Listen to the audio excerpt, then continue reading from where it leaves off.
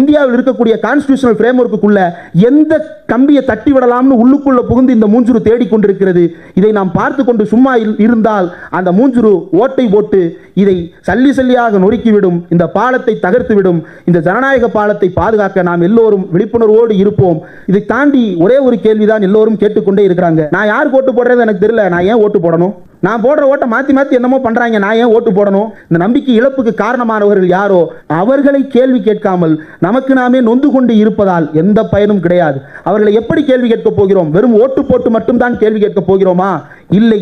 Civil society organisations மட்டும் கேள்வி கேட்க, ஏடிஆர் மாதிரியான, திராவிட இயக்க தமிழர் பேரவை, வாய்ஸ் ஆஃப் டிஎன் மாதிரியான அமைப்புகள் மட்டும் கேள்வி கேட்கப் போகிறதா? இல்லை. சமூகமாகிய நாம் கேள்வி கேட்பதற்கு முனைய வேண்டும். அப்படி கேள்வி கேட்பதற்கு துணிந்தால் மட்டும்தான் அது ஊடகங்களிலும் சரி அல்லது சமூக அமைப்புகளிலும் சரி பிரதிபலிக்க தொடங்கும். ஆகையினால் கேள்வி கேட்கும் அந்த துணிச்சலை நாம் மட்டும் யாருக்கும் அடகு வைத்து விடக் கூடாது. அதை அடகு வைக்க வேண்டும் என்பதற்காகத்தான் பேசிக்கொண்டே இருக்கிறார்கள் வெறுப்பு பிரச்சாரத்தை. அதற்கு நாம் அடிபணிந்து விடக் கூடாது. நேற்றைக்கு கூட ஊடக விவாதங்களில் கேட்டார்கள், மோடி பேசுவது பொய் என்று சொல்லுவதற்கு உங்களுக்கு இடம் இருக்கிறது இல்லையா, இதுதான் உரிமை என்று சொன்னார்கள். அந்த அளவிற்கு மிரட்ட வந்து விட்டார்கள். பொய் என்று சொல்வதற்கு எனக்கு உரிமை தேவையில்லை, உண்மை தெரிந்தால் போதும். தேர்தல் அத்தியாயத்தில் முழுக்க முழுக்க நாம் பேசிக் கொண்டிருக்கக்கூடிய அடிப்படையான விஷயம், தேர்தல் தொடங்கும் போதே அரசியலமைப்பு சட்டத்தை பாதுகாக்க வேண்டும். ஏன் இந்த அரசியலமைப்பு சட்டத்தை பாதுகாக்கணும்? இந்த அரசியலமைப்பு சட்டம் தான் உங்களை என்னையும் சமம்னு முதல்ல அறிவிச்சது. சட்ட ரீதியாக இதற்கு முன்னால் இந்தியாவில் எந்த சட்டமும் நீயும் நானும் சமம் என்று இல்லாத போது இந்தியா முழுமைக்கும் ஒரு பொது சட்டத்தை எழுதி நாம் எல்லோரும் சமமானவர்கள் என்று நமக்கு கொடுத்தது. இதன் மீது 1000 விமர்சனங்கள் இருந்தாலும் அந்த விமர்சனங்களை பேசுகின்ற இடம் வேறு. ஆனால் இதை விமர்சன கண்ணோடு அணுக வேண்டும் என்று கூட சேர்ந்து ஒப்பாரி வைக்க வருவான் பிஜேபி காரன். அவன் நோக்கம் வேற. அப்போ அவனுக்கும் நமக்கு வேறுபாடு இருக்குன்னு நம்ம பேசி இந்த கான்ஸ்டிடியூஷனை விளங்க வைக்கிறதுக்கு போராடிட்டு இருக்கும் பொழுது இது வெறும் கான்ஸ்டிடியூஷன் மேட்டரா? சட்டத்தில் இருப்பதை நாம் எல்லோரும் மதித்து நடக்கிறோம் என்பது. ஆனால் இந்த ஜனநாயகம் என்பது எழுதப்படாத சட்டங்கள் என்று ஒன்று இருக்கிறது. இந்த தேர்தல் ஜனநாயகமாக இருக்கட்டும் அல்லது நாடாளுமன்ற ஜனநாயகமாக இருக்கட்டும் அல்லது எதுவாக வேண்டுமானாலும் இருக்கட்டும், கான்ஸ்டிடியூஷன் எழுதி கொடுத்தது ஒன்று என்றால் அது எழுதி கொடுத்ததை வைத்து நாம புரிந்து கொண்டு நடப்பது அப்படின்றது ஒன்று இருக்கு. அதுதான் எல்லா ஜனநாயகங்களையும் உயிரோடு வைத்திருக்கிறது. சில விஷயங்கள் உதாரணமா பார்க்கலாம். இப்போ கட்டபொம்மன் அப்படின்ற அந்த கல்ட் நமக்கு தெரியும். கட்டபொம்மன் அப்படின்ற அந்த இமேஜ் வந்து நம்மளுக்கு எப்படி ஓலைச்சுவடியில் எழுதி பாதுகாத்து வந்ததா? இல்லை. அது வாய் வழியாக பாடி பாடி பாடி பாடி நாட்டுப்புற கதைகளாக பாடல்களாக பாடி இன்றைக்கும் அது கிராமப்புறங்களில் கதைகளாக உலாவிக் கொண்டே இருக்கிறது. கண்ணை கதையும் அப்படித்தான். அதே மாதிரி தான் ஜனநாயகம் குறித்த புரிதலும் கூட கொஞ்சம் கொஞ்சமாக எல்லோருக்கும் எல்லா வகைகளிலும் விளங்க வைப்பதற்கு எழுதப்படாத சட்டங்கள் இருக்கின்றன. எந்த விதியும் இல்லாத போதும் கூட நாம் வாழ்வதற்கு சில விஷயங்களை நமக்காக உருவாக்கி கொண்டு நாம் வாழ்ந்து கொண்டிருக்கிறோம் இல்லையா? இது மக்கள் மத்தியில் மட்டுமல்ல, அரசியல்வாதிகள் கையிலும் இருக்கிறது. இந்த ஜனநாயகம் என்கின்ற இந்த ஆட்டத்தை நீயும் நானும் அல்லது புதிதாக யாராவது வந்தாலும் சேர்த்து கொண்டு நிரந்தரமாக ஆடிக்கொண்டே இருக்க போகிறோம் என்கின்ற கண்ணோட்டத்தில் தான் இதை உருவாக்கி வைத்திருக்கிறோம். அப்போ இதை உருவாக்கி வைத்திருக்கும் அந்த இடத்தில் நாமே அதை உடைத்து விடக்கூடாது. எதிரில் இருப்பவர்களை ஏதோ ஒரு காரணம் காட்டி இல்லாத விதிகளை சொல்லி அல்லது விதி இருக்கிறது என்கின்ற காரணத்தினாலேயே ஒருத்தனை ஆட விடாமல் முடக்கிவிட்டு நான் மட்டுமே ஆட வேண்டும் என்று ஆரம்பித்தால் அங்குதான் அது ஆட்டோக்ரசியா மாறுது. அதுதான் சர்வாதிகாரமாக எதேச்சதிகாரமாக மாறுகிறது. தன் கையில் ஒன்று இருக்கிறது என்பதற்காக தான் வந்து 99வது கட்டத்தில் இருக்கேன், மீதி இருக்கிறவன் 48வது கட்டத்தில் இருக்கிறான், எவனால ஏறிவிட முடியாது அப்படின்ற அந்த ஆணவத்தில் கையில் இருக்கக்கூடிய தாயக்கட்டையை உடைத்து போடக்கூடிய அதிகாரம் இருக்கிறது என்கின்ற காரணத்தால் தாயத்தை உடைத்து விட்டு நீ எல்லாம் ஆடவே ஆடாதே என்று ஓரம் கட்ட பார்க்கிறார்கள். அது ரொம்ப ஆபத்தானது. இந்த நடைபெற்றுக் கொண்டிருக்கின்ற இந்த நாடாளுமன்ற தேர்தல் சமயத்தில் நாம் நடத்துகின்ற பல்வேறு கூட்டங்களுக்கு இடையில் இன்றைக்கு நாம் எடுத்திருக்கிற இந்த தலைப்பு, மோடி தோற்பது உறுதி ஆனால் அப்படின்ற அந்த கேள்வி எல்லோருக்குள்ளும் அந்த கேள்வி இருக்கிறது. இன்னைக்கு சமூக வலைதளங்கள்லையும் அல்லது ஊடகங்கள்லையும் நடக்கின்ற எல்லா விவாதங்கள்லையும் சரி அல்லது கருத்து சொல்லுகின்ற அத்தனை பேரிடமும் சரி ஒரு ஊசலாட்டத்தை பார்க்க முடிகிறது. முதல் கட்ட தேர்தல் நடந்தபோது மோடியை அவ்வளவு எளிதாக நீங்கள் நினைப்பது போல வீழ்த்திவிட முடியாது அப்படின்னு சொல்லப்பட்ட கருத்துக்கள் இரண்டாம் கட்ட தேர்தல் தொடங்கும் பொழுது மோடிக்கு ஏதோ ஒரு அச்சம் தொற்ற தொடங்கி இருக்கிறது என்று ஆரம்பித்து மூன்றாம் கட்ட தேர்தல் முடிந்த போது மோடி தோற்பது உறுதி, ஒரு தனி கட்சியாக அவர்களுக்கு பெரும்பான்மை கிடைத்தாலும் கூட அவர்கள் ஆட்சி அமைக்கும் அளவிற்கு பெரும்பான்மை அவர்களுக்கு கிடைக்கப் போவது இல்லை அப்படின்ற கருத்து நிலவ தொடங்கியது. நான்காம் கட்ட தேர்தல் நடந்து முடிந்ததற்கு பிறகு ஒரு பெரிய நம்பிக்கை நமக்கு எல்லாம் வந்திருக்கிறது. ஏன்னா சம்பந்தம் இல்லாமல் குறுக்க ஒரு பூசாரி தட்டை தூக்கிட்டு ஓடுறாரு. யாருன்னா எலெக்ஷன் கமிஷன் ஆஃப் இந்தியா. என்னன்னு தூக்கிட்டு ஓடுறாரு? இதுவரைக்கும் நான் கொடுத்த நம்பர்லாம் தப்பு, இப்போ நான் புதுசாக ஒரு நம்பர் தாரேன், இதுதான் சரி அப்படின்னு புது பேனர் ஒன்று தூக்கிட்டு ஓடுறாரு. ஐயா 19ஆம் தேதி ஒரு எலெக்ஷன் நடந்துச்சு ஏப்ரல் மாதம். அந்த 19ஆம் தேதி ஒரு நம்பர் எல்லாருக்கும் எழுதி சீட்டில் கையெழுத்து போட்டு கொடுக்குறீங்க. அதுக்கப்புறம் 2 நாள் கழித்து அந்த நம்பர் தப்பு, நான் வேறு நம்பர் தர்றேன்னு புதுசாக ஒரு நம்பர் தர்றீங்க. அதுக்கப்புறம் சில நாட்கள் சில வாரங்கள் கழித்து ஒட்டு மொத்தமாக நான் எவ்வளவுன்றதை நம்பராக கொடுக்குறேன், இவ்வளோ நாள் பெர்சன்டேஜ் தான் சொன்னேன், இனிமேல் நான் உங்களுக்கு நம்பர் கொடுக்குறேன்னு ஒரு ஃபேஸுக்கான நம்பர் மட்டும் கொடுத்துருக்கீங்க. 4 கட்ட தேர்தல் முடிஞ்சதுக்கு பிறகு முதல் கட்ட தேர்தலினுடைய வாக்கு எண்ணிக்கை எவ்வளவு அப்படின்ற கவுண்டை கொடுக்குது தேர்தல் ஆணையம். ஏன்பா நீ இந்நேரத்தில் எதுக்கு தட்டை தூக்கிட்டு ஓடுற? ஒன்று கவுண்டை கொடுக்க முடியும்னு சொல்லணும், இல்லை கவுண்டை கொடுக்க முடியாதுன்னு சொல்லணும். பெர்சன்டேஜ் மட்டும்தான் கொடுப்பேன், இதுதான் தேர்தல் ஆணையம் முதலில் எடுத்த நிலைப்பாடு. ஆனால் கடைசியில் எங்கே வந்து நிற்கிது? நான் நம்பரை பொறுமையாக கொடுப்பேன், நம்பரை கொடுக்கணும்னு அவசியம்லாம் கிடையாது, ஆனாலும் கொடுப்போம், சில நேரங்களில் கொடுக்க மாட்டோம். இப்படி முன்னுக்கு பின் முரணாக குழப்பமான ஒரு மனநிலையில் மக்களை தள்ளி கொண்டிருக்கிறார்கள். இப்போ கார்கே இதை கேள்வி கேட்டு ஒரு லெட்டர் எழுதுறாரு. என்னென்ன, ஏன்பா இப்படி நம்பரை மாற்றி மாற்றி கொடுக்குறீங்க? முதல் நாள் தேர்தல் முடியும் போது அது வந்து ஒரு கால்குலேட்டர் மாதிரின்னு தானே சொல்கிறாங்க. நம்ம வந்து அதை ஹேக் பண்ண முடியும், அல்லது வந்து அதை வந்து உள்ளுக்குள்ளே ஏதோ ஒன்று நோண்ட முடியும் அப்படின்னு நம்ம சொல்லும் போதெல்லாம் அவங்க என்ன சொல்கிறாங்க, அது கால்குலேட்டர், அது வந்து ஒன் டைம் ப்ரோக்ராம் பேர்ன்ட்டு ஒன்றுமே பண்ண முடியாது. அப்போ என்ன செய்யணும்? அது கூட்டல் மட்டும்தான் போடணும், கழித்தல் போடுறதுக்கு உள்ளுக்குள்ளே வேலையே இல்லை, ரீசெட் பட்டன் மட்டும்தான். கூட்டல் போடுற ஒரு மிஷினில் மொத்தம் எத்தனை கூட்டி வச்சுருக்கேன்றதை காட்டுறதுக்கு உனக்கு எத்தனை நாள் வேணும்? எலெக்ஷன் முடிஞ்ச உடனே பட்டனை தட்டி இப்படி காட்டினா பத்தாது, ஆனால் காட்ட மாட்டேங்கிறான். ஏன்? நம்மகிட்ட என்ன சொல்கிறான்? கால்குலேட்டர் தானே சொல்கிறான். கால்குலேட்டர் கூட்டல் போடுதில்ல, கூட்டல் எவ்வளவுன்னு காட்டு, கழித்தல் பெருக்கல் வகுத்தலுக்குள்ள வேலை இல்லைல்ல, அப்போ கூட்டினது எவ்வளவுன்றதை காட்டுறதுக்கு உனக்கு என்ன வேலை? சரி, ரெண்டாவது சந்தேகம், மிஷினை பார்த்து 17C எழுதி கொடுத்தாச்சு. 17C எழுதி கொடுத்தது வந்து பூத் ஏஜென்ட், எல்லா கட்சியோட பூத் ஏஜென்ட்டையும் 17C இருக்குது. மறுநாள் காலையில் உட்காந்து கலெக்டரும் எலெக்ஷன் ஆஃபீஸர்ஸும் உட்காந்து டேலி பண்ணுறாங்க. நல்லா கவனிங்க, முந்தின நாள் நைட்டே பெட்டியை பூட்டி சீல் அடித்து அனுப்பியாச்சு. இங்கே அரசு ஊழியர்கள் யாராவது இருந்தால் தெரியும், நைட்டு 11 மணி 12 மணி ஆனாலும் ரிட்டர்னிங் ஆஃபீஸர் வந்து கையெழுத்து போட்டு பெட்டியில் சீல் அடித்து பூட்டி வச்சுட்டு தான் ப்ரிசைடிங் ஆஃபீஸர் வெளியே கிளம்ப முடியும். PO4 வரைக்கும் கடைசியில் தான் கிளம்ப முடியும், எப்போ பெட்டியை சீல் அடித்ததுக்கு பிறகு. அப்போ நைட்டோட நைட்டாக பெட்டியை சீல் வச்சாச்சு. அப்போ மறுநாள் பெட்டியை திறந்து நீ என்ன போகிறது கிடையாது. என்னத்தை என்ன போகிற? 17C நீ கொடுத்த நம்பரை டேலி பண்ண போகிற. அதை டேலி பண்ணுறதுக்கு எத்தனை நாள் தேவை? ஒரு 1800 பூத்து ஒரு இதுக்கு கான்ஸ்டியூன்சிக்கு, அதை கூட்டுறதுக்கு வாரக்கணக்கு மாதக்கணக்கு ஆகுது. சரி, கவுண்ட் எவ்வளோ இன்க்ரீஸ் ஆகுது? ஒரு 100-200னா பரவாயில்ல. தமிழ்நாட்டில் மட்டும் 46 லட்சம் ஓட்டு. தொகுதியாக கணக்கு பண்ணிங்கன்னா 4 நாடாளுமன்ற தொகுதி.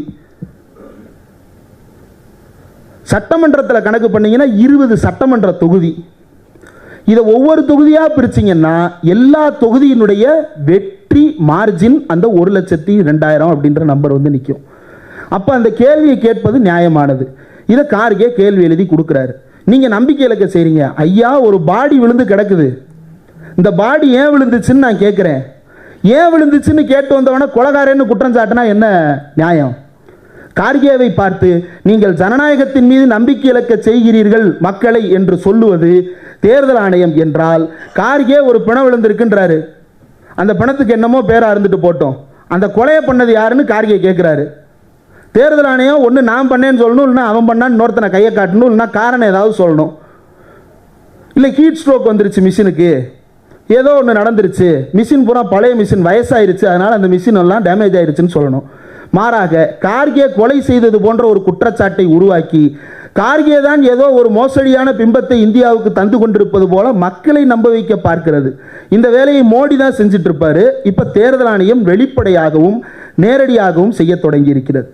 இப்போ இந்த தேர்தல் அத்தியாயத்தில் முழுக்க நாம் பேசி கொண்டிருக்கக்கூடிய அடிப்படையான விஷயம், தேர்தல் தொடங்கும் போதே அரசியலமைப்பு சட்டத்தை பாதுகாக்க வேண்டும். ஏன் இந்த அரசியலமைப்பு சட்டத்தை பாதுகாக்கணும்? இந்த அரசியலமைப்பு சட்டம் தான் உங்களை என்னையும் சமம்னு முதல்ல அறிவிச்சது. சட்ட ரீதியாக இதற்கு முன்னால் இந்தியாவில் எந்த சட்டமும் நீயும் நானும் சமம் என்று இல்லாத போது இந்தியா முழுமைக்கும் ஒரு பொது சட்டத்தை எழுதி நாம் எல்லோரும் சமமானவர்கள் என்று நமக்கு கொடுத்தது. இதன் மீது 1000 விமர்சனங்கள் இருந்தாலும் அந்த விமர்சனங்களை பேசுகின்ற இடம் வேறு. ஆனால் இதை விமர்சன கண்ணோடு அணுக வேண்டும் என்று கூட சேர்ந்து ஒப்பாரி வைக்க வருவான் பிஜேபிக்காரன், அவன் நோக்கம் வேற. அப்போ அவனுக்கும் நமக்கு வேறுபாடு இருக்குன்னு நம்ம பேசி இந்த கான்ஸ்டியூஷனை விளங்க வைக்கிறதுக்கு போராடிட்டு இருக்கும் பொழுது இது வெறும் கான்ஸ்டியூஷன் மேட்டரா? மத்தூர் சத்யா ஒரு உதாரணம் சொன்னார். டிராஃபிக் ஜாமு போயிட்டு இருக்கிறோம், 30 செகண்டில் டிராஃபிக் சிக்னல் விழுக போகுது, அவசரமாக ஓடிட்டு இருக்கிறோம், 2 வீலரில் போயிட்டு இருக்கிறோம், குறுக்க ஒருத்தன் சல்லுன்னு வந்து நடுவில் கிராஸாக நிப்பாட்டுறான், பின்னாடி இருக்கிற 20-30 வண்டி தேவையில்லாமல் ஜாம் ஆகுது, அவனை போய் அரையணும் போல தோணுது. இது அபைடிங் த லா. சட்டத்தில் இருப்பதை நாம் எல்லோரும் மதித்து நடக்கிறோம் என்பது. ஆனால் இந்த ஜனநாயகம் என்பது எழுதப்படாத சட்டங்கள் என்று ஒன்று இருக்கிறது. இந்த தேர்தல் ஜனநாயகமாக இருக்கட்டும், அல்லது நாடாளுமன்ற ஜனநாயகமாக இருக்கட்டும், அல்லது எதுவாக வேண்டுமானாலும் இருக்கட்டும், கான்ஸ்டியூஷன் எழுதி கொடுத்தது ஒன்று என்றால் அது எழுதி கொடுத்ததை வைத்து நாம புரிந்து கொண்டு நடப்பது அப்படின்றது ஒன்று இருக்கு. அதுதான் எல்லா ஜனநாயகங்களையும் உயிரோடு வைத்திருக்கிறது. சில விஷயங்கள் உதாரணமாக பார்க்கலாம். இப்போ கட்டபொம்மன் அப்படின்ற அந்த கல்ட் நமக்கு தெரியும். கட்டபொம்மன் அப்படின்ற அந்த இமேஜ் வந்து நம்மளுக்கு எப்படி ஓலைச்சுவடியில் எழுதி பாதுகாத்து வந்ததா? இல்லை. அது வாய் வழியாக பாடி பாடி பாடி பாடி நாட்டுப்புற கதைகளாக பாடல்களாக பாடி இன்றைக்கும் அது கிராமப்புறங்களில் கதைகளாக உலாவிக்கொண்டே இருக்கிறது. கண்ணை கதையும் அப்படித்தான். அதே மாதிரி தான் ஜனநாயகம் குறித்த புரிதலும் கூட கொஞ்சம் கொஞ்சமாக எல்லோருக்கும் எல்லா வகைகளிலும் விளங்க வைப்பதற்கு எழுதப்படாத சட்டங்கள் இருக்கின்றன. கிரிக்கெட் விளையாடுறோம், தெருவில் கிரிக்கெட் விளையாடுவோம். அந்த தெருவில் விளையாடுற கிரிக்கெட் இருக்கே, அதில் எந்த ரூல்ஸையும் நம்ம பிசிசிஐ ரூல்ஸு அல்லது ஐசிசி ரூல்ஸை நம்ம ஃபாலோ பண்ண மாட்டோம். ஆனாலும் அதில் ஒரு விதி இருக்குது. என்ன விதி இருக்குது? 1 பிச் கேட்ச் பிடிச்சா அவுட்டு, ஆஃப் சைடு ரன் அடித்தா அவுட்டு. இன்ஜுரி தேவையில்லாமல் ஏற்படுத்தினா அந்த தேவையில்லாத இன்ஜுரி ஏற்படுத்தினோடனே இம்மீடியட்டாக அவுட் பண்ணுறது. அதே நேரத்தில் எல்லாத்துக்கும் ஃபவுலு, எல்லாத்துக்கும் அவுட்டு கிளைம் பண்ண மாட்டோம். அதுக்குன்னு ஒரு குறிப்பிட்ட விதி இருக்கும், அதுக்கு உட்பட்டு நம்ம செயல்படுவோம் இல்லையா? எந்த விதியும் இல்லாத போதும் கூட நாம் வாழுவதற்கு சில விஷயங்களை நமக்காக உருவாக்கி கொண்டு நாம் வாழ்ந்து கொண்டிருக்கிறோம் இல்லையா? இது மக்கள் மத்தியில் மட்டுமல்ல, அரசியல்வாதிகள் கையிலும் இருக்கிறது. இந்த ஹவு டெமோக்ரசிஸ் டை அப்படின்ற புத்தகத்தில் ஸ்டீவன் லெவிட்ஸ்கி மற்றும் டேனியல் ஜிப்லாட் ஆகியோர் குறிப்பிட்டிருக்கக்கூடிய ஒரு முக்கியமான விஷயத்தை அடிக்கோடிட்டு காட்ட ஆசைப்படுகிறேன். மியூச்சுவல் டாலரேஷன் மற்றும் இன்ஸ்டிடியூஷனல் ஃபார்பியரன்ஸ் அப்படின்னு 2 அடிப்படையான சில தத்துவங்களை குறிப்பிடுகிறார்கள். மியூச்சுவல் டாலரேஷன் அப்படின்றது தெரியும், ஒருவரை ஒருவர் சகித்துக் கொள்வது. இந்த ஜனநாயகம் என்கின்ற இந்த ஆட்டத்தை நீயும் நானும் அல்லது புதிதாக யாராவது வந்தாலும் சேர்த்து கொண்டு நிரந்தரமாக ஆடிக்கொண்டே இருக்க போகிறோம் என்கின்ற கண்ணோட்டத்தில் தான் இதை உருவாக்கி வைத்திருக்கிறோம். அப்போ இதை உருவாக்கி வைத்திருக்கும் அந்த இடத்தில் நாமே அதை உடைத்து விடக்கூடாது. எதிரில் இருப்பவர்களை ஏதோ ஒரு காரணம் காட்டி இல்லாத விதிகளை சொல்லி அல்லது விதி இருக்கிறது என்கின்ற காரணத்தினாலேயே ஒருத்தனை ஆட விடாமல் முடக்கிவிட்டு நான் மட்டுமே ஆட வேண்டும் என்று ஆரம்பித்தால் அங்குதான் அது ஆட்டோக்ரசியா மாறுது. அதுதான் சர்வாதிகாரமாக எதேச்சதிகாரமாக மாறுகிறது. தன் கையில் ஒன்று இருக்கிறது என்பதற்காக தான் 99வது கட்டத்தில் இருக்கேன், மீதி இருக்கிறவன் 48வது கட்டத்தில் இருக்கிறான், எவனால ஏறி விட முடியாது அப்படின்ற அந்த ஆணவத்தில் கையில் இருக்கக்கூடிய தாயக்கட்டையை உடைத்து போடக்கூடிய அதிகாரம் இருக்கிறது என்கின்ற காரணத்தால் தாயத்தை உடைத்து விட்டு நீ எல்லாம் ஆடவே ஆடாதே என்று ஓரம் கட்ட பார்க்கிறார்கள். அது ரொம்ப ஆபத்தானது. இந்த இங்கே நம்ம ஒரு பெரிய புரட்சியை ஏற்படுத்தலாம் விரும்பல. குறைந்தபட்சம் இருக்கின்ற ஜனநாயகத்தை பாதுகாக்க வேண்டும் என்ற கோரிக்கையை வைக்கிறோம். அந்த இருக்கின்ற ஜனநாயகம் என்பது நீயும் நானும் இந்த ஆட்டத்தில், எந்த ஆட்டத்தில், தேர்தல் ஆட்டத்தில் விளையாடி கொண்டே இருக்க வேண்டும். இன்னொரு 50 வருஷம் கழிச்சு எடுத்து பார்த்தோம்னா இந்தியாவில் 5 வருஷத்துக்கு ஒருக்க தேர்தல் நடந்துகிட்டே தான் இருந்திருக்கும். ஆனால் அந்த தேர்தல் எப்படிப்பட்ட தேர்தலாக இருந்தது என்பதை திரும்பி பார்த்தால் நாம் எல்லாம் அசிங்கப்பட்டு தலைகீழாக நம்மை நாமே நமக்கு நாமே காரி துப்பிக் கொள்ளுகின்ற ஒரு நிலையை அடைந்துவிடக்கூடாது. அப்போ இதுக்கு நாம் எல்லாம் கண்விழித்து கொண்டிருக்க வேண்டிய ஒரு தேவை இருக்கிறது. இந்த கண்விழித்து கொண்டிருக்க வேண்டிய தேவையை உணர்த்துவதற்காகத்தான் தொடர்ந்து பேசிக் கொண்டிருக்கிறோம். இன்றைக்கு இந்தியாவின் அறிவு சமூகம் ஒரு முக்கியமான விவாதத்தை தொடங்கி வைத்திருக்கிறது. குறிப்பாக வயராகட்டும், நியூசிலாண்டரி ஆகட்டும், லீஃப்லெட் ஆகட்டும், பல்வேறு இதழ்களிலும் தொடர்ந்து எழுதப்படுவது மோடி தோற்பது உறுதி, ஆனால் பவர் டிரான்ஸ்ஃபர் எப்படி நடக்க போகுது? ஏன் இந்த அச்சம் வருது அப்படின்னா, இந்த அச்சம் வருவதற்கு அடிப்படையில் காரணம் இல்லாமல் இல்லை. இதற்கு முன்பு இந்தியாவில் தேர்தல் நடந்தது. மிகப்பெரிய எதேச்சதிகார போக்கோடு செயல்பட்ட இந்திரா காந்தியும் கூட எமர்ஜென்சியை பிரகடனப்படுத்தினார். மீண்டும் தேர்தலை சந்திக்க வேண்டியிருந்தது. பவர் டிரான்ஸ்ஃபர் ஒன்று நடந்தது. இந்த பவர் டிரான்ஸ்ஃபர் இந்த முறை சாமானியமாக நடக்குமான்ற சந்தேகம் வர ஆரம்பிச்சிருச்சு. விச் மீன்ஸ் இந்தியாவின் அடிப்படை ஜனநாயகத்தின் மீது நமக்கெல்லாம் கேள்வி எழத் தொடங்கிவிட்டது. அந்த கேள்விக்கான பதிலைத்தான் நாம் தேடிக்கொண்டே இருக்கிறோம். எப்படி தேடப் போகிறோம்? தனித்தனியாக தேடப் போகிறோமா அல்லது ஒரு கண்ணோட்டத்தை பெற்றுக்கொண்டு அனைவரும் உருப்படியாக ஒருங்கிணைந்து தேடப் போகிறோமா என்கின்ற அடிப்படையில் தான் இன்றைக்கும் நாம் இந்த கூட்டத்தில் பேசிக் கொண்டிருக்கிறோம், பேசவிருக்கிறோம். Election commission, enforcement directorate, income tax department, CBI என்று எல்லா துறைகளையும் தன்வசம் வைத்துக்கொண்டு நாடாளுமன்றத்தையும் தனக்கு ஏற்றாறு போல சுருக்கி வளைத்து கொண்டு இந்தியாவில் இருக்கின்ற தன்னிச்சையான அமைப்பாக இருக்கின்ற கோர்ட்டையும் கூட தங்களால் முடக்க முடியும் என்று உச்சநீதிமன்றத்தின் தலைமை நீதியரசராக இருந்தால் என்ன, உனக்கு நான் மிரட்டல் கடிதம் போடுவேன், அந்த மிரட்டல் கடிதத்தை நான் தான் போட்டேன் என்று மோடி ஆகிய நானே அதை கோட்வீட் செய்து காட்டி கொடுப்பேன், ஏனென்றால் உன்னை மிரட்டுவதற்கு நான் தகுதியுள்ளவன். நீங்க மோடியோட பேச்செல்லாம் பாருங்க, அவருடைய இன்டர்வியூஸ் எல்லாம் பாருங்க. முந்தானே அந்த ஆஜ்தக்ல 4 பேர் உட்காந்து பேசுறதுல சொல்றாரு, இவருக்கு ஃபோன் வந்துச்சான், G7 மீட்டிங் அட்டன் பண்றதுக்கு இவருக்கு ஃபோன் வந்துச்சான். ரஷ்ய அதிபர் அடுத்து செப்டம்பர்ல நடக்க போற கூட்டத்துக்கு மோடி அழைச்சாராம். வாயில எப்படி வருதுன்னு தெரியல. இந்தியாவுக்கு பிரதமர் அப்படின்னு ஒரு ஃபோன் நம்பர் இருக்கு, அந்த நம்பருக்கு கால் பண்ணா நீங்க எடுக்கிறீங்கன்றதுக்காண்டியே அது உங்களுக்கு வந்து அழைப்பு அல்ல. அது இங்க இருக்கக்கூடிய 140 கோடி பேரை மதித்து அனுப்பப்பட்ட அழைப்பே தவிர நீ என்கின்ற தனிநபருக்காக அழைக்கப்பட்ட அழைப்பு அல்ல. அந்த இடத்தில் யாருமே இல்லாவிட்டாலும் யாரோ ஒரு ஹோம் செக்ரட்டரி போன் எடுப்பாரு, அந்த ஹோம் செக்ரட்டரிட்டையும் சொல்லுவார் புத்தின், இந்தியாவை சேர்ந்த பிரதிநிதிகளை அனுப்பி வைத்து விடுங்கள். உடனே இவர் பிரதிநிதியை என்னை அனுப்பிக்க சொல்லிட்டாரு, அப்ப நான் பிரதமரை விட பெரிய ஆளா அப்படின்னு சொல்லிட்டு கிளம்பி வந்தா எப்படி இருக்குமோ அப்படித்தான் இருக்கிறது. மோடி இப்போது தான் தோன்றித்தனமாக தனக்குத்தானே நாமம் போட்டுக்கொண்டு தானே பெரிய ஆள் என்று பிரகடனப்படுத்தி கொண்டிருக்கக்கூடிய இந்த பேச்சுக்கள் எல்லாம், இந்த தன்னை மட்டுமே முன்னிலைப்படுத்தி கொண்டிருக்கக்கூடிய செயல் அப்படின்றது அவருக்கு மட்டுமல்ல, இந்தியாவில் இருக்கக்கூடிய அத்தனை அமைப்புகளையும் தன் முகத்தை பொருத்தி கொள்ளுகிறார். எந்த வெப்சைட்டை ஓபன் பண்ணுங்க, எல்லா வெப்சைட்லையும் பிரதமர் மோடியோட மூஞ்சியை போட்டு வச்சிருக்கிறாங்க. ரேஷன் கடையில் மூஞ்சியை போடணுமா? இதுக்கு முன்னாடி மன்மோகன் சிங் முகத்தை பார்த்தீங்களா? வாஜ்பாய் முகத்தை பார்த்துருக்கீங்களா? தெரியல. வாஜ்பாய் காலத்தில் நான் ரொம்ப சின்ன பையன், யாராவது இங்கே அப்போ ரேஷன் கடைக்கு போயிருந்தீங்களா? வாஜ்பாய் பீரியடில் பார்த்துருக்கீங்களா? நரசிம்மா ராவ், இந்திரா காந்தி, இந்தியாவின் மகத்தான பிரதமர் நேரு. ஆனால் இவர் அடிச்சுக்கிறார், எல்லா பக்கத்துலையும் மூஞ்சியை போட்டோவா அடித்து மாட்டிக்கிட்டே திரிகிறார். என்ன அப்படின்னா, மோடியினுடைய கேரக்டரை பற்றி நாம் அங்கு கொஞ்சம் யோசித்து பார்க்க வேண்டிய தேவை எழுகிறது. ஒரே ஒரு உதாரணம், எல்லோருக்கும் தெரிந்த அதே உதாரணம், ஆனால் இந்த ஆளோட கேரக்டரை நம்ம புரிஞ்சுக்கிறதுக்கு அது ரொம்ப ரொம்ப அடிப்படையான தேவை. தனக்கு எதிராக ஒருவர் சாட்சி சொல்லுகிறார், அவருக்கு பேர் Haren Pandya, next in line for Gujarat chief மினிஸ்டராக அவர் இருப்பதற்கு வாய்ப்பு இருக்கிறது. ஆனால் அவர் திடீரென்று ஒரு நாள் போறாரு, குஜராத் கலவரம், குஜராத் படுகொலைகள் பற்றி ஆணையத்தில் சாட்சியம் கொடுக்கிறாரு. என்ன சாட்சியம் கொடுத்தார் என்பது தெரியாது, ஆனால் கொடுத்துட்டாரு. வெளியே வந்ததுக்கப்புறம் அவர் கொஞ்ச நாளில் மர்மமான முறையில் படுகொலை செய்யப்பட்டார்.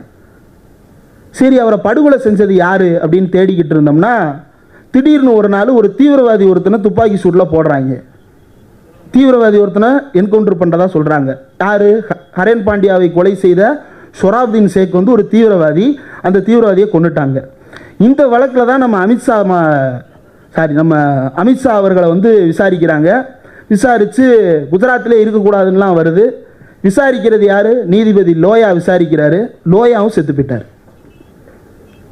ஆனால் மோடி அதே பொசிஷனில் இருக்கிறார். மோடி வளர வளர அதானியும் வளர்றாரு, மோடியும் வளர்றாரு. இவங்க 2 பேருடைய வளர்ச்சி தனி ட்ராக்ல ஓடிக்கிட்டே இருக்கு. அவருடைய கேரக்டரை புரிஞ்சுக்கிறதுக்கு இது ஒன்று. ரெண்டாவது, அவருடைய கேரக்டரை புரிஞ்சுக்கிறதுல ராகுல் காந்தியை தகுதி நீக்கம் செய்தது அப்படின்றது சட்டத்தில் இடம் இருக்கிறது என்பதற்காக என்னால் என்ன முடியுமோ அதை நான் செய்வேன். அதை தான் வந்து ஸ்டீஃபன் லெவிட்ஸ்கி என்ன சொல்றாரு அப்படின்னா, இன்ஸ்டிடியூஷனல் ஃபர்பியரன்ஸ் அப்படின்றாரு. அதாவது சட்டத்தில் இடம் இருக்கலாம், ஒன்றும் இல்லை. இப்போ தமிழ்நாட்டில் அண்ணாமலை பேசாத பேச்சா? அண்ணாமலை பேசாத அயோக்கியத்தனமான பேச்சா? உடனே தூக்கி உள்ளே வச்சிடறாங்களா? உடனே தூக்கி வச்சிடறாங்களா? ஒரு காலம் எடுத்துக்கிறது இல்லை, ஒரு டைம் இருக்கு. நீ பேசு பொறுமையாக, சரி விடு விடு விடு விடு விடு விடு, ஒரு கட்டம் வரைக்கும் பார்க்குறாங்க. முடியலை அப்படின்னா ஒரு கட்டத்தில் தூக்குவாங்க. ரைட்டா? வாயை திறந்தாலே தூக்குடா, அப்படி யாரும் இங்கே செயல்பட முடியாது. ஆனால் அதை செய்ய வேண்டும் என்று மோடி விரும்புகிறார். அதைத்தான் செய்து கொண்டே இருக்கிறார்கள். ராகுல் காந்திக்கு அதை செய்து பார்த்தார்கள். அடுத்து மகுவா மொய்த்ராவுக்கு அதை செய்தார்கள். மகுவா மொய்த்ரா அந்த நாடாளுமன்றத்தில் எத்திக்ஸ் கமிட்டி, இதுவரைக்கும் எப்போ அந்த நாடாளுமன்றத்துக்கு எத்திக்ஸ் இருக்கான்றதே முதல்ல கேள்வி. இப்போ இருக்கிற இந்த நாடாளுமன்றத்துக்கு அப்படி ஒரு கமிட்டியை போட்டு விசாரிக்கிறான். அந்த அம்மா வெளியே வந்து சொல்கிறாங்க, என்னை வார்த்தைகளால் துகிலுரிந்தார்கள் உள்ளே வைத்து அப்படின்னு சொல்கிறாங்க. இதுதான் மோடியோட கேரக்டர். அவர் துகிலுரிந்தது வார்த்தைகளால் மஹுவா மொய்த்ராவை மட்டுமல்ல, இந்த தேசத்தை, இந்த நாட்டை, இந்த நாட்டிற்கு இருக்கக்கூடிய இறையாண்மையை, அந்த இறையாண்மையின் மீது அவர் கை வைப்பதற்கு துணிந்து விட்டார் என்பதனுடைய உதாரணம் தான் நேற்று முட்டாள்தனமான ஒரு வார்த்தைகளை பேசுகிறார்கள் பிஜேபிக்காரர்கள். மெட்ரோவில் போனால் பொல்யூஷன் குறையும் பாருங்கள், ஃப்ரீ பஸ் கொடுத்து எல்லாரையும் ஃப்ரீ பஸ்ஸில் ஏற்றி விட்டு பொல்யூஷனை இன்க்ரீஸ் பண்ணுறாங்க. உங்களுக்குலாம் ஒரு உதாரணம் சொல்கிறேன். சமீபத்தில் டெல்லி போயிட்டு வந்தேன். அங்கே ஒரு தமிழ் குடும்பம் ரொம்ப அன்போடு அழைத்து நம்ம அரண்சையில் இருக்கிற தோழர் சதீஷ் அவர்களுடைய சொந்தக்காரங்க, அவங்க வீட்டுக்கு போனோம். நைட்டு சாப்பிடுங்க கூப்பிட்டுட்டே இருந்தாங்க. பார்த்துட்டு வந்துடுவோமேன்றதுக்காக அவங்க வீட்டுக்கு போனோம். அவங்க ஒரு கேஸ் சொன்னாங்க, டெல்லியில் நடந்த கேஸு. வீடுக்கு ரேஷன் கொடுக்கறது, இதை வரவேற்கிறீங்களா இல்லையா? வீடுக்கு வீடு தேடி ரேஷன் கொடுக்கறது யாராவது எதிர்க்கிறீங்களா? இங்கே வீட்டுக்கு வந்துட்டால் எதுக்கு பிரச்சனை? அது பாட்டுக்கு வந்துட்டு போகுது. ரேஷன் கடையில் நிப்பாட்டி பொண்ணு சோப்பு வாங்க வைக்கிற பிரச்சனை கிடையாது, சபீனா பவுடர் வாங்க வைக்கிற பிரச்சனை கிடையாது, எதுவும் இல்லை. வீட்டுக்கு நம்ம தேவையானதை மட்டும் வாங்கிட்டு போயிடலாம் இல்லையா? இதை அரவிந்த் கெஜ்ரிவால் ப்ரப்போஸ் பண்ண போது ஒரு கேஸ் போட்டது பிஜேபி. என்னன்னு கேஸ் தெரியுமா? வீடுக்கு சப்ளை பண்ணக்கூடாது. காரணம் என்ன சொல்லியிருப்பாங்கன்னு நினைக்கிறீங்க? டெல்லியில் பொல்யூஷன் அதிகமாக இருக்கான், அதனால் இவங்க வண்டியில் போய் டெலிவரி பண்ணால் பொல்யூஷன் அதிகமாயிருமா? ரேஷன் கொடுக்கறதுக்கு வண்டி எடுத்துகிட்டு போனால் வண்டியில் பொல்யூஷன் அதிகமாயிருமா? அதனால் கொடுக்கக்கூடாதுன்னு ஸ்டே ஆர்டர் வாங்கி வச்சுருக்கான் சார். இது அயோக்கியத்தனமா இல்லையா? கேட்கறதுக்கு சிரிப்பாக இருக்கலாம். எவ்வளவு கொடூரமான புத்தி இருந்தால், மனுஷன் நிம்மதியாக சோறு திங்கக்கூடாதுன்ற ஒரு எண்ணம் இருந்தால் இப்படி செஞ்சுருப்பாங்க. ஆனால் செய்கிறாங்க. இது நமக்கு எல்லோருக்கும் விடியத்தான் போகிறது. இன்றைக்கு ஃப்ரண்ட் லைனில் ஒரு கட்டுரை வெளியாகி இருக்கிறது. அந்த கட்டுரையில் இருக்கக்கூடிய வரிகளை மட்டும் மேற்கோள் காட்டி நான் சுருக்கமாக முடித்துக் கொள்கிறேன். We have seen a systematic degradation in political speech and culture over the past decade. நாம் எல்லோரும் இந்த அரசியலில் மிகவும் மோசமான பேச்சுக்களையும் பண்பாட்டையும் பார்த்து வந்திருக்கிறோம் கடந்த 10 ஆண்டுகளாக. Initiated by the ruling party, ஆளுங்கட்சியால் தொடங்கி வைக்கப்பட்டது. Mirrored by the television anchors, அதை ஊடகத்தை சேர்ந்த நெறியாளர்கள் அப்படியே பிரதிபலிக்க தொடங்கினார்கள். Amplified by the WhatsApp groups, அது அப்படியே வாட்ஸ்அப் குரூப்களில் பெருக்கமடைய வைக்கப்பட்டது. இப்போது until it finally touched the homes and families, இப்போது கடைசியில் உங்கள் வீட்டுக்கும் என் வீட்டுக்கும் சேர்ந்திருக்கிறது. 2 விஷயம் சொன்னேன் இல்லையா? மியூச்சுவல் டாலரேஷன் அண்ட் இன்ஸ்டிடியூஷனல் ஃபர்பியரன்ஸ் அப்படின்னு 2 விஷயங்கள் சொன்னேன் இல்லையா? ஆமாம், மீனாட்சி அம்மன் கோயில் திருவிழா அப்படின்றது இன்ஸ்டிடியூஷனாக பார்த்தோம் அப்படின்னா அந்த திருவிழா யாருக்கு சொந்தமானது? இன்றைய நடைமுறைப்படி இந்துக்களுக்கு சொந்தமானது. ஆனால் அதிலிருந்து துலுக்க நாச்சியாரை உன்னால் வெளியெடுக்க முடியாது. அங்கே பானக்கம் ஊற்றிக்கிட்டு இருக்கிற இஸ்லாமியரை உன்னால் வெளியனுப்ப முடியாது. இதுதான் மியூச்சுவல் டாலரேஷன். இதை இந்த அரசு ஒழுங்குபடுத்தும் இந்த சென்ஸ், இந்த அரசு அதை கண்காணிக்க செய்யுமே தவிர இதை தடுத்து நிறுத்த முடியாது. எதை தடுத்து நிறுத்தணும்? நேற்று ஒரு தீர்ப்பு வந்திருக்கு மதுரை ஹைகோர்ட்டில். பார்ப்பனர்கள் தின்று போட்ட அந்த எச்சில் இலையில் சூத்திரர்களும் பஞ்சமர்களும் உருண்டு விழும் நிகழ்வை அரசு தடுத்து நிறுத்த கூடாது. ஜிஆர் சாமிநாதன் தோழர் ஏற்கனவே டிவிஷனல் பெஞ்ச் தீர்ப்பு கொடுத்துருச்சு. என்னன்னு கொடுத்துருச்சு? இந்த உருள்றது கூடாது, இது மனித மாண்பை கெடுப்பது, ரைட் டு டிக்னிஃபைட் லைஃபுக்கு எதிரானது இல்லையா? ஆனால் ஜிஆர் சாமிநாதன் கேஸை திருப்பி ரீஓப்பன் பண்ணுறாரு. திருப்பி யாரோ கேஸ் போடுறாங்கன்னு ஓப்பன் பண்ணுறாரு. ஓப்பன் பண்ணி இப்படி நடந்துகிட்டு இருக்கு. அப்போ இப்படி எல்லா இடங்களிலும் மியூச்சுவல் டாலரேஷனையும், அதாவது சக மனித சகிப்புத்தன்மையையும், இன்ஸ்டிடியூஷனல் ஃபர்பியரன்ஸ் நிர்வாக ரீதியிலான சகிப்புத்தன்மையையும் கெடுத்து சீரழித்துக் கொண்டிருக்கிறார்கள். இந்த 2 சீரழிவுகளும் இப்போது தேர்தலை நேரடியாக பாதிப்பதற்கு வந்துவிட்டன. கண்ணு முன்னால பாதிச்சுக்கிட்டு இருக்கு. கண்ணு முன்னால கவுண்டை மாற்றி சொல்லிட்டு இருக்கிறாரு தேர்தல் ஆணையர். 3 பேரும் தேர்தல் ஆணையர்களை எப்படி நியமிக்க வேண்டும் அப்படின்றது குறித்து விரிவாக கான்ஸ்டிடியூயன்ட் அசம்பிளி டிபேட்ஸ்ல there was a wide debate which happened in the constituent assembly. I think Mr. Sahu will be explaining about that, and the procedures that have to be followed by the Election Commission of India will be explained by Mr. Balachandran IAS. That's why we have organized this forum. ஆனால் இந்த எல்லாவற்றுக்கும் மாறான ஒன்றை அவர்கள் செய்து கொண்டே இருக்கிறார்கள். இதில் நாம் எல்லாம் மதுர் சத்யா தோழர் சொன்னது போல தான், எதிர்காலத்தில் ஐயா எனக்கு இதுக்கு சம்பந்தம் இல்லை அப்படின்னு நம்மளால் சொல்ல முடியாது. நமக்கு இதில் சம்பந்தம் இருக்குது. அந்த சம்பந்தம் இருக்கிறதுனால தான் இதை பேசிக்கிட்டு இருக்கிறோம். சம்பந்தம் இல்லைன்னு ஒருத்தன் கையை தூக்குறான்னா அவனை பிடிச்சி கையை பிடிச்சி என்னடா சம்பந்தம் இல்லை, நீயும் சேர்ந்து தானடா இந்த நாட்டில் உயிரோடு இருக்கிற வாழ்கிற, ஆனால் செத்துப்போன ஒருத்தனுக்கு நீ குரல் கொடுக்காம இருந்தியே, இப்போ நான் காரணம் இல்லைன்னு சொல்றியே அப்படின்னு அவனை கேள்வி கேட்கக்கூடிய அளவுக்கு நாம் எல்லாம் விழிப்புணர்வோடு இருக்க வேண்டும். இந்த அடிப்படையான அரசியலமைப்பு சட்டம் கொடுத்திருக்கக்கூடிய கான்ஸ்டியூஷனுடைய பேசிக் ஸ்ட்ரக்சர்னு சொல்லுவாங்க, அடிப்படை கட்டுமானம் அப்படின்னு சொல்லுவாங்க. அந்த அடிப்படை கட்டுமானம் அப்படின்னா அதிலிருந்து எதையும் மாற்ற முடியாது. இப்போ ஐ ஷேப்டு கிரிட்னு சொல்லுவாங்க இன்ஜினியரிங்கில். இப்போ இந்த இதை ஐ ஷேப்டு கிரிட்டர், அதாவது இந்த பெரிய பெரிய பாலம்லாம் பார்த்தீங்கன்னா ஒரு சின்ன தூணு தான் நடுவில் இருக்கும், ஆனால் பெரிய பாலமாக மேலே போயிட்டு இருக்கும். அது பார்த்தீங்கன்னா ஐ ஷேப்பில் இருக்கும். அந்த நடுவில் இருக்கிற ஒரு இதை தட்டி விட்டீங்கன்னா நீங்கள் மொத்த பாலமும் விழுந்துடும். ஒரு தூணு தானே நினச்சிங்கன்னா இல்லை, அந்த ஒரு ஐ தான் மொத்த பாலத்தையும் தாங்கி இருக்கு. அந்த ஒரு ஐயை தட்டினீங்கன்னா மொத்த பாலமும் விழுந்துடும். அப்படித்தான் இந்தியாவில் இருக்கக்கூடிய கான்ஸ்டியூஷனல் ஃப்ரேம் ஒர்க்குள்ள எந்த கம்பியை தட்டி விடலாம்னு உள்ளுக்குள்ள புகுந்து இந்த மூஞ்சுரு தேடிக்கொண்டிருக்கிறது. இதை நாம் பார்த்து கொண்டு சும்மா இருந்தால் அந்த மூஞ்சுரு ஓட்டை போட்டு இதை சல்லி சல்லியாக நொறுக்கிவிடும், இந்த பாலத்தை தகர்த்துவிடும். இந்த ஜனநாயக பாலத்தை பாதுகாக்க நாம் எல்லோரும் விழிப்புணர்வோடு இருப்போம். இதை தாண்டி ஒரே ஒரு கேள்விதான் எல்லோரும் கேட்டுக்கொண்டே இருக்கிறாங்க. முடிச்சிடறேன் ஒரே ஒரு நிமிஷத்தில். தொடர்ந்து வரக்கூடிய அழைப்புகள் ரொம்ப நம்பிக்கை இல்லாததாக இருக்கின்றன. நான் யாருக்கு ஓட்டு போடுறது எனக்கு தெரியல, நான் ஏன் ஓட்டு போடணும், நான் போடுற ஓட்டை மாற்றி மாற்றி என்னமோ பண்ணுறாங்க, நான் ஏன் ஓட்டு போடணும் அப்படின்ற மாதிரியான நம்பிக்கை இழப்பு ஏற்பட வைத்திருக்கிறார்கள். இந்த நம்பிக்கை இழப்புக்கு காரணமானவர்கள் யாரோ அவர்களை கேள்வி கேட்காமல் நமக்கு நாமே நொந்து கொண்டு இருப்பதால் எந்த பயனும் கிடையாது. அவர்களை எப்படி கேள்வி கேட்கப் போகிறோம்? வெறும் ஓட்டு போட்டு மட்டும்தான் கேள்வி கேட்கப் போகிறோமா? இல்லை, சிவில் சொசைட்டி ஆர்கனைசேஷன்ஸ் மட்டும் கேள்வி கேட்க, ஏடிஆர் மாதிரியான திராவிட இயக்க தமிழர் பேரவை, வாய்ஸ் ஆஃப் டிஎன் மாதிரியான அமைப்புகள் மட்டும் கேள்வி கேட்கப் போகிறதா? இல்லை, சமூகமாகிய நாம் கேள்வி கேட்பதற்கு முனைய வேண்டும். அப்படி கேள்வி கேட்பதற்கு துணிந்தால் மட்டும்தான் அது ஊடகங்களிலும் சரி அல்லது சமூக அமைப்புகளிலும் சரி பிரதிபலிக்க தொடங்கும். ஆகையினால் கேள்வி கேட்கும் அந்த துணிச்சலை நாம் மட்டும் யாருக்கும் அடகு வைத்து விடக்கூடாது. அதை அடகு வைக்க வேண்டும் என்பதற்காகத்தான் பேசிக்கொண்டே இருக்கிறார்கள் வெறுப்பு பிரச்சாரத்தை. அதற்கு நாம் அடிபணிந்து விடக்கூடாது. நேற்றைக்கு கூட ஊடக விவாதங்களில் கேட்டார்கள், மோடி பேசுவது பொய் என்று சொல்லுவதற்கு உங்களுக்கு இடம் இருக்கிறது இல்லையா, இதுதான் உரிமை என்று சொன்னார்கள். அந்த அளவிற்கு மிரட்ட வந்து விட்டார்கள். பொய் என்று சொல்லுவதற்கு எனக்கு உரிமை தேவையில்லை, உண்மை தெரிந்தால் போதும்.